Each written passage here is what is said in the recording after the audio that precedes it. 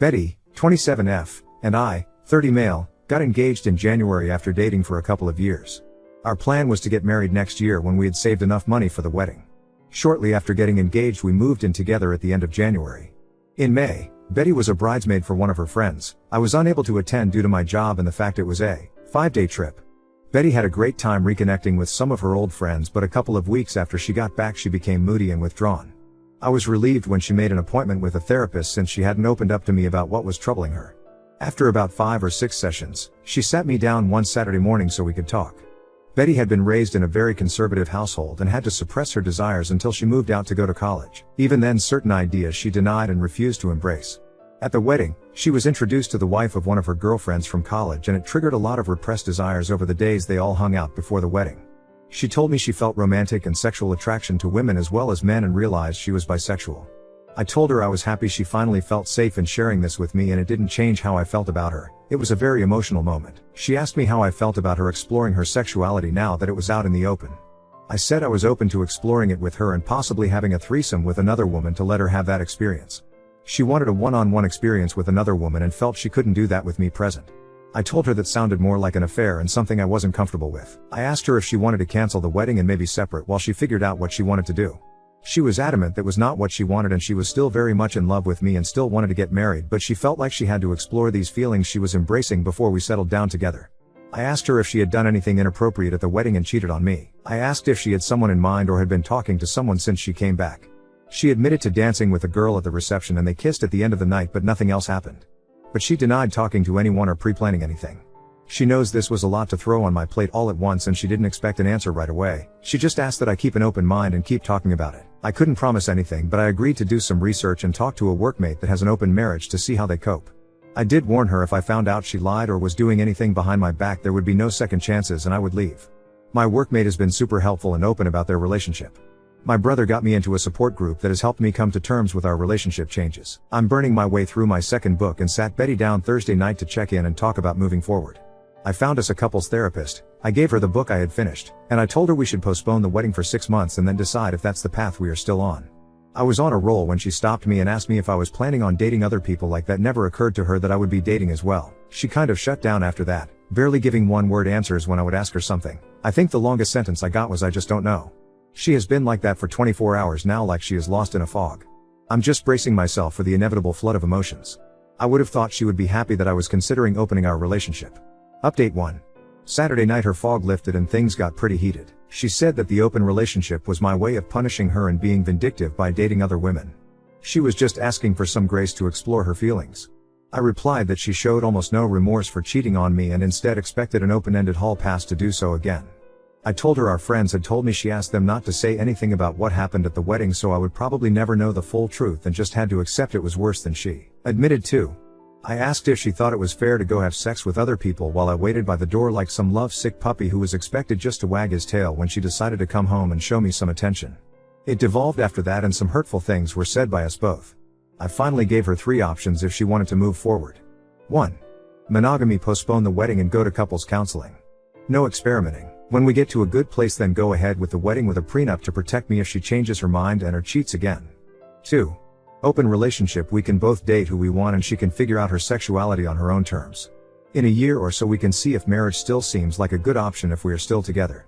3. Full separation, she moves out and we can each be free to live our lives as we see fit. When she decides she wants monogamy with me if I haven't moved on, then we can try option number 1. But it would be a new beginning, not just picking up where we left off. She decided she needed some space to think things out and is going to stay with friends for a couple of days. I told her before she left that if she accidentally cheated while she was gone to not come back except to pick up the rest of her things. This morning I got a text from her, "I'm so sorry." She didn't answer when I asked her what she meant and my call went to voicemail. I'm not going to reach out to her again and I will wait to let her contact me when she is ready. Update 2. Previously my fiancée announced she was bisexual and had made out with a woman at her friend's wedding. On Wednesday, Betty went to her previously scheduled appointment with her therapist and told her what happened between us. Not sure what all was said, but she called me on the way to her friend's house apologizing for some of the things she said and wanted to come home and talk things out. I told her to stay at her friend's house tonight and think about what she wanted, and she could come home Thursday and we could sit down and work things out. On Thursday we met at the house and talked over dinner. We both apologized for getting heated and saying some unfair things to each other. After talking to her therapist and having several conversations with her best friend over the last few days, she has decided not to explore her bisexual urges. The idea of a truly open relationship where I was free to sleep with other people terrified her, and getting married was more important than chasing the rainbow. Her original idea had been just a free pass to see if she was missing something in her life and how important it was to her. I asked what was she asking for an ONS, just dating a woman, or having a full relationship. She couldn't tell me exactly what she wanted. I said that didn't sound very monogamous to me or very fair. She agreed, and that was why she was giving up on exploring those feelings. Next, she brought up the notes I sent out canceling our save the date notices for our wedding day. She said she was getting all kinds of calls about what happened and was caught unaware about what they were even talking about at first. She was upset I did that without talking to her first. I reminded her that she lobbed 2 grenades in my lap, coming out as bisexual, and that she cheated on me, then left and wouldn't talk with me except for a cryptic "I'm so sorry" text followed by silence. While I never said anything other than we were having issues and had to postpone the wedding, evidently there was speculation that she had cheated on me. She switched gears and said we could still get back on track and get married next spring. No, because now when one of us is out of town, my mind will be thinking about you cheating again, especially after coming out and wanting to have an affair to explore your sexuality. I said maybe after couples therapy we could get back to a good place again, but not by the end of the year, and it would be foolish to start planning and making financial commitments before we even knew if therapy was going to work. Plus I wanted a prenup to protect everything I brought into the marriage as well as my future retirement savings. Plus she would forfeit any equity if we bought a house. When she protested, I said if you plan to be faithful and not change your mind later, then it would never be a thing. Just something to give me some peace of mind. It's been an ongoing conversation for the last few days. Betty wants to rug sweep the incident at the wedding and move forward with our wedding. Exploring her sexuality is not worth sacrificing our relationship, in her opinion. For now, we are back together and planning on counseling soon. In a post-clarity moment, I realize I rushed to embrace the idea of an open relationship to allow Betty the freedom to explore her new feelings, and I'm not as willing now to consider that option. I think separation is the better option, breaking up if you will, till we both decide what direction our future lies and if it is with each other. It's not what I want, but I also don't want to spend the next 3 to 5 years together only for her to change her mind or cheat on me one day. Update 3. Counseling started badly. Walked into the office and saw a large pride flag on the wall. Our therapist was very biased towards my girlfriend's predicament. Glossed right over the cheating and into how I needed to better support Betty's awakening and support her journey to blah, blah, blah. Betty is the one who is confused, and I am not giving her a safe place to explore who she is. Nothing about my feelings or needs was addressed. To make matters worse, when the therapist was piling on me, I looked to Betty to stand up or say something positive for me, and I got nothing. That part hurt me the most, and I pretty much shut down for the remainder of the session. Toward the end, the therapist did try to engage with me because you could tell she knew I had completely lost me. On the drive home, Betty tried to talk to me and I gave her the 3 answers I kept repeating to the therapist: sure, nope, and maybe. This was the therapist her individual therapist recommended us to. The next day I got a call from Betty's mom at my work wanting to know why we were postponing the wedding and that her family and friends had already started making plans. I told her she needed to take that up with her daughter. She kept badgering me until I finally told her Betty made out with someone at her friend's wedding and that was why things were on hold, and then I hung up on her. Less than an hour later I got a call from Betty demanding to know what I told her mom. I said you kissed someone at a wedding and we were trying to work through it, and that I didn't mention Betty coming out to me. I told her she needed to sit her mom down and tell her the whole truth, but I'm not going to hold my breath. So I get this text from her mom telling me I need to suck it up and move past this, and that I might even be at fault for not going to the wedding with her. Huge text giving me what for and trying to tell me what I need to do.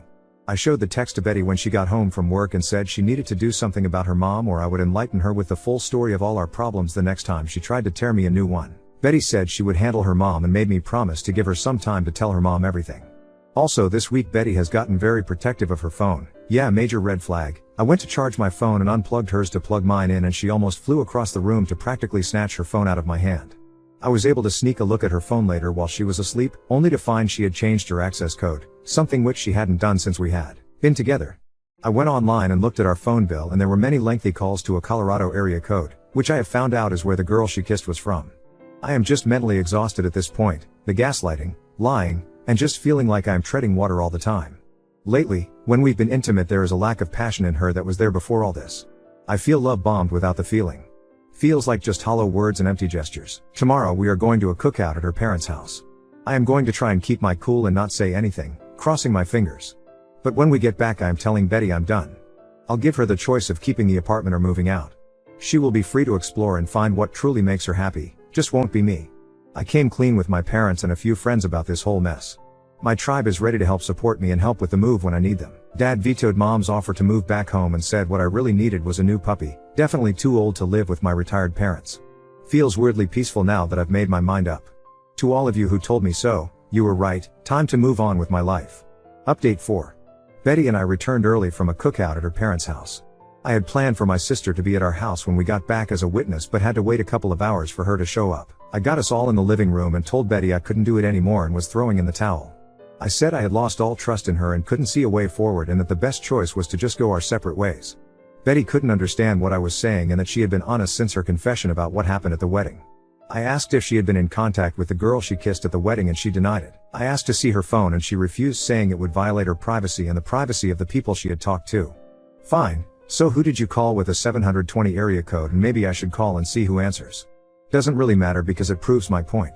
I gave her a choice of moving out or staying and I would move out. I also said I would give her what she had contributed to our savings account for the wedding. She tried to get my sister to leave or get me alone to talk, but I told her I had been advised to have a witness present just in case.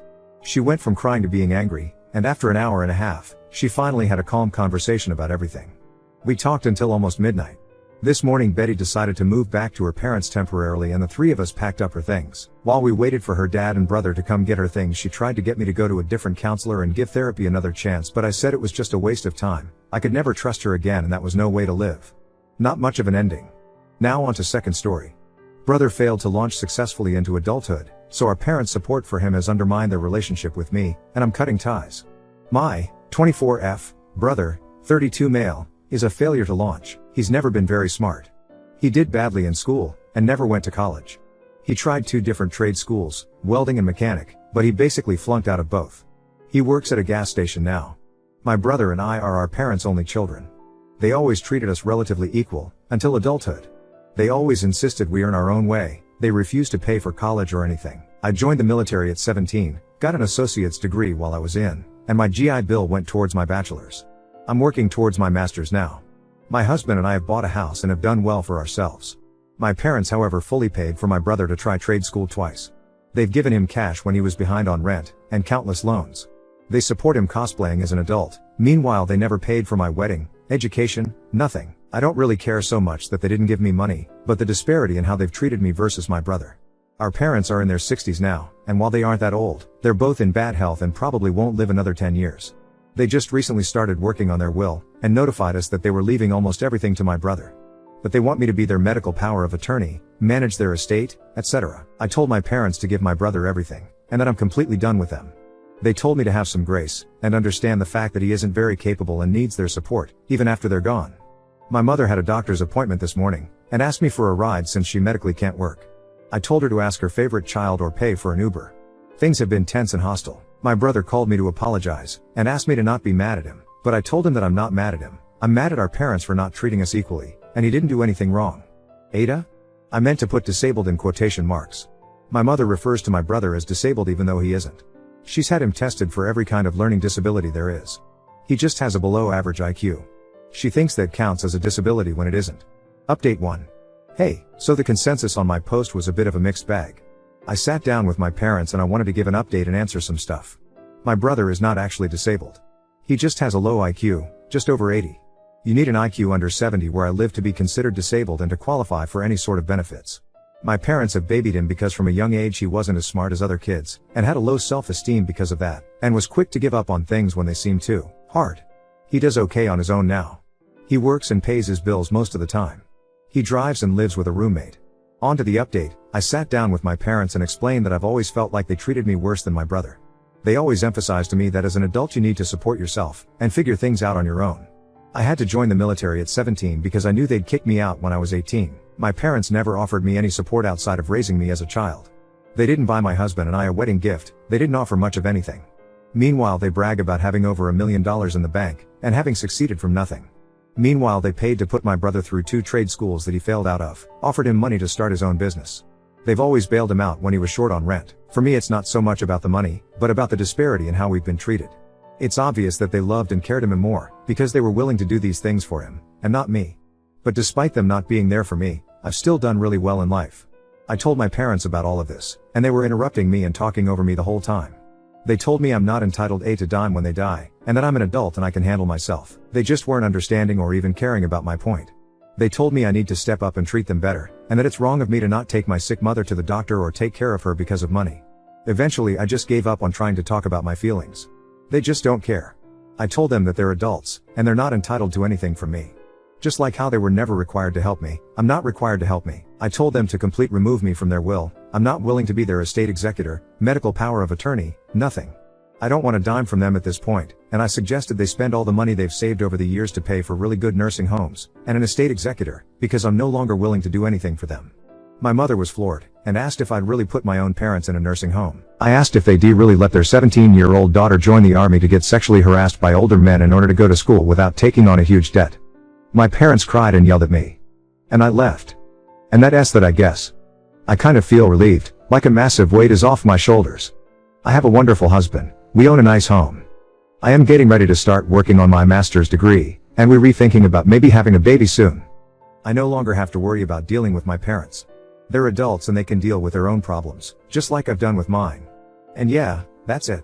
Not sure if it's the update we wanted, but it is what it is. TDLR, my parents wanted to leave almost everything to my older brother because he's not as successful in life. I feel like my parents have always favored him over me. My parents don't care about my feelings and won't listen to them, so I told them our relationship is over. I don't want anything from them at this point, and I'm moving on.